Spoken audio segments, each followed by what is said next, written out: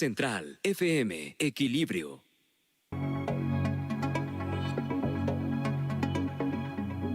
Nos vamos a los Estados Unidos con mi querida Adriana Brani, que nos tiene información desde allá. Te saludo allá en nuestros estudios de Woodlands. Buenos días, Adriana. Buenos días, Pedro. Pues sí, noticias también por acá. Después de verlas de allá, pues aquí las de aquí ya palidecen. Pero bueno, te puedo decir que empieza una nueva semana donde va a seguir surgiendo información en torno a este tema del juicio político en contra del presidente Pedro. Este fin de semana, ¿qué es lo que se pudo percibir aquí en los medios de comunicación en el ámbito político? Pues se pudo percibir que existe una clara preocupación de que el presidente Donald Trump esté bajo este nivel de estrés tan fuerte ante este segundo intento por llevarlo a juicio político, que tome decisiones erráticas o peligrosas. Este fin de semana, por ejemplo, 2 demócratas han externado esta preocupación. El viernes decíamos que estaban muy calladitos los demócratas. Bueno, pues este fin de semana, para empezar, Joe Biden ha dado un giro a su campaña con un toque más agresivo. Había evitado hablar de Donald Trump, pero hoy parece seguir otra estrategia y retomó lo que ha dicho el presidente sobre una guerra civil, sobre que el impeachment es un golpe de Estado, sobre cómo deben tratarse o manejarse a los whistleblowers. Y dice Joe Biden, el presidente está on hinge, es la palabra que usa, que podríamos traducirla como que el presidente está desatado. Pero mira, vamos a escucharlo, cómo lo dice Pedro. I'm worried that he gets so unhinged, and with a year left to go in this administration, he does something really, really, really stupid in terms of our international interest. Dice, el hombre está desatado y a un año y pico de que se acabe su periodo, está haciendo algo realmente, realmente estúpido en lo que tiene que ver con los intereses internacionales de los Estados Unidos. Eso es lo que teme, es lo que dice Pedro. Y Beto O'Rourke también dio una entrevista que quiero recuperar a El País, donde dice que este periodo por el que está pasando Estados Unidos, dice, es el más difícil que ha tenido este país desde la guerra civil y el reto es salir de esto con la democracia intacta. Eso es lo que dice Beto O'Rourke. Y el presidente Donald Trump, seguramente lo has visto, ha estado tuiteando como nunca antes. El domingo ya acusó vía Twitter, fíjate, nada más, acusó a Nancy Pelosi y a Adam Schiff de traición a la patria, o sea, de traición. Esto pues ha llamado la atención de los medios de comunicación que han retomado lo que significa traición a la patria, o sea, han retomado la Constitución y han señalado que la definición de traición, según la Constitución, consiste en hacerle la guerra o en adherirse a los enemigos de los Estados Unidos, dándoles ayuda y confort. Pero bueno, pues ahí está el presidente Donald Trump ahora acusando vía Twitter de traición a estos 12 personajes, lo cual es muy peligroso, Pedro. Sí, ya lo creo que sí, el hombre está desatado. Y lo preocupante de todo esto, Adriana, es que digamos, él tenía su ritmo de administración. Y dentro de su ritmo de administración escogía sus batallas: China, México, la frontera, Europa, aranceles, Airbus, vis a vis Boeing, en fin, había el tema de Corea del Norte, con Japón una especie de luna de miel, pero de repente se le trastoca todo, se convierte él en el primer problema de los Estados Unidos, pero deja todo abierto porque, fíjate, la semana pasada se supone se iban a sentar a negociar los chinos y los norteamericanos. Hasta este momento, no sé si tú tengas información, pero yo no he sabido nada. Hasta este momento todo está parado, Pedro, tienes razón. Por lo pronto el jueves pues va a dar un rally en Minnesota. Hay gran expectativa sobre lo que pueda decir ahí sobre los chinos o sobre otras cosas, sobre el impeachment básicamente. Y los que sí no han dicho nada tampoco, Pedro, son los republicanos que han estado básicamente silenciosos. Yo creo que no tienen ya argumentos para defender al presidente. Han tratado de evitar cualquier entrevista, cualquier declaración que puedan dar. Y es que hay nuevos datos, ya hay 2 informantes. Esta semana ya se habla no solo de uno, sino de dos whistleblowers, estos informantes que anónimamente suenan el silbato y dicen, vemos algo incorrecto en la conducta del presidente. Y los abogados del whistleblower, del informante que desató todo esto al dar a conocer la llamada entre el presidente y el mandatario de Ucrania, en la que supuestamente le pedía información a Joe Biden, han confirmado ayer domingo que también están representando a este otro informante. Es una agencia de abogados, Pedro, que lleva asuntos de seguridad nacional. No son cualquier grupo de abogados, o sea, no son Rudis Giulianis, por decirlo así. Son abogados que llevan asuntos de seguridad nacional y pues ya tenemos entonces 2 whistleblowers. Es anónimo este segundo, igual que el primero. Es un agente de inteligencia, igual que el primero, pero este sí tiene información de primera mano. Porque hay que recordar que la crítica del presidente era que el primer informante había recopilado toda esa información de lo que había oído de otros informantes. Se dice que este segundo informante sí tiene información directa del presidente, Pedro. Y esto pues no ha sido nuevo, empiezan a surgir los whistleblowers, pero esta filtración de información de la Casa Blanca no ha sido bueno. Hay que acordarnos que lo mismo pasó con el exdirector del FBI, con James Comey, con el exdirector de comunicación, Anthony Scaramucci. Siempre han estado filtrándose datos de la Casa Blanca.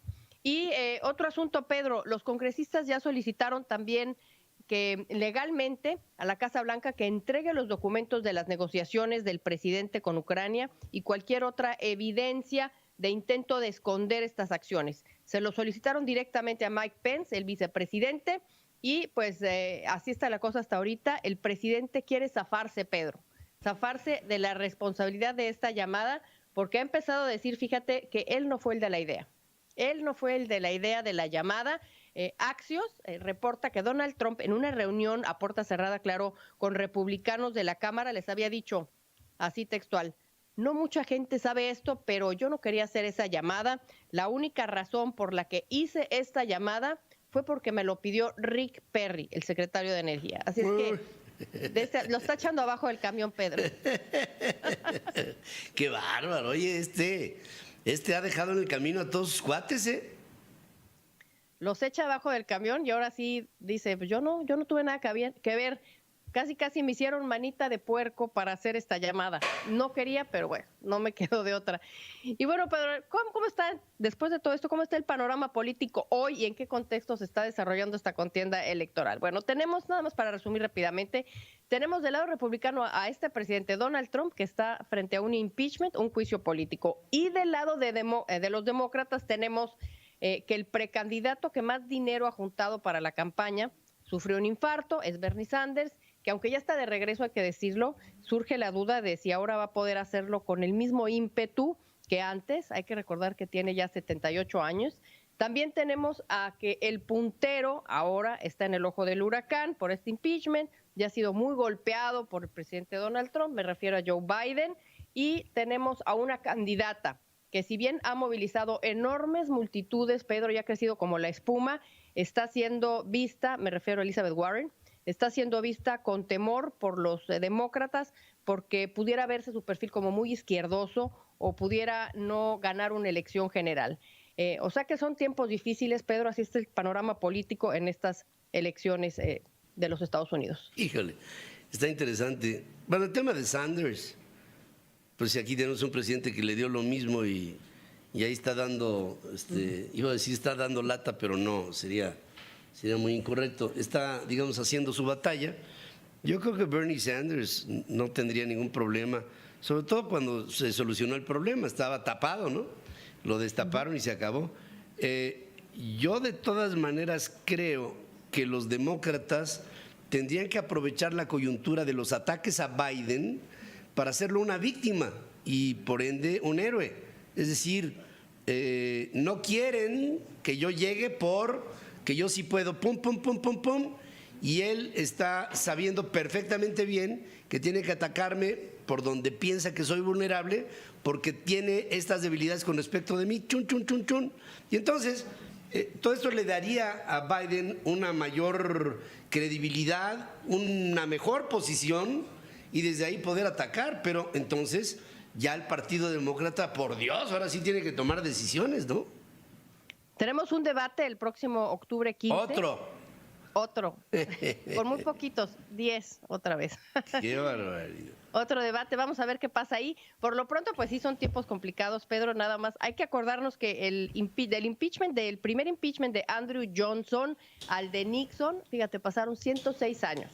106 años. Y en los tiempos modernos tenemos el de Bill Clinton en 1998.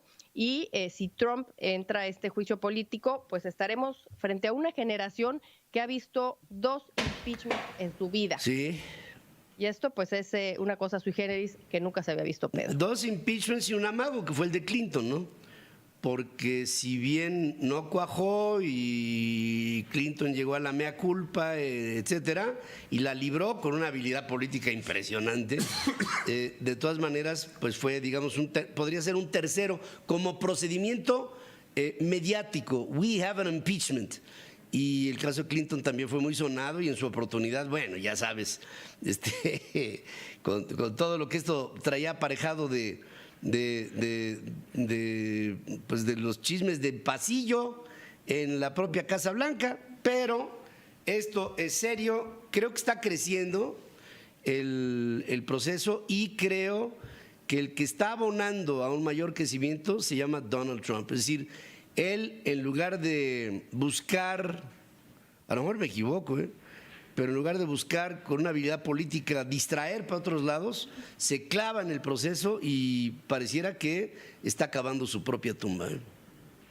Así es, Pedro, está cavando su propia tumba y hasta la misma calaca que estamos viendo ahí con ojos azules nos echa pispireta. Ahí te va. Está atónita. A ver, ahí va.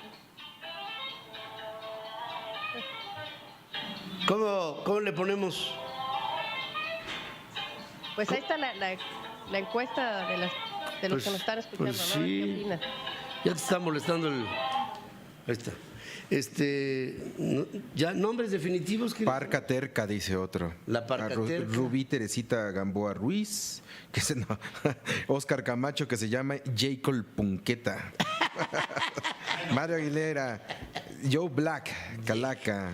Jacob Pulque. Que sí, que muchos se acordaron del tío Gamboín con este juego, Claro que como sí. Elizabeth Gutiérrez. Claro que sí. Y desde aquí De le eso me mando estaba acordando yo también. desde del aquí le tío mando un Gamboín. abrazo a mi tío Gamboín querido, que tanto quisimos en mi generación. Un abrazo. Con todos los sacos esos que tenía tenía un saco que, por cierto, yo conservo uno de ellos. Digo, del color.